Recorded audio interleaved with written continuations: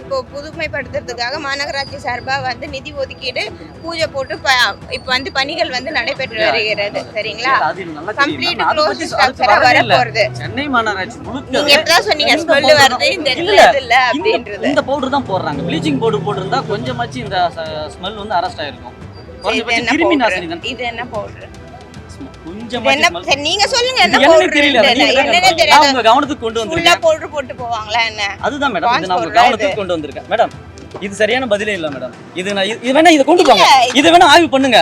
இல்ல இது வந்து ப்ளீச்சிங் பவுடர் தான் அப்படினா எம்எல் ஆக்ஷன் எடுங்க. வாங்க அதுதான் சொல்றேன். வாங்க நேர்ல வாங்க காட்டுறேன்.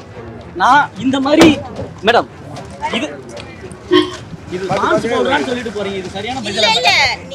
இது நான் பான்ஸ் பவுடர். நான் கவனத்துக்கு கொண்டு வரேன். நான் பிரஸ்டீட்டே பண்ணலனாலும் நீங்க you should answer no. I know that நான் ஆன்சர் பண்ணனும் தான்.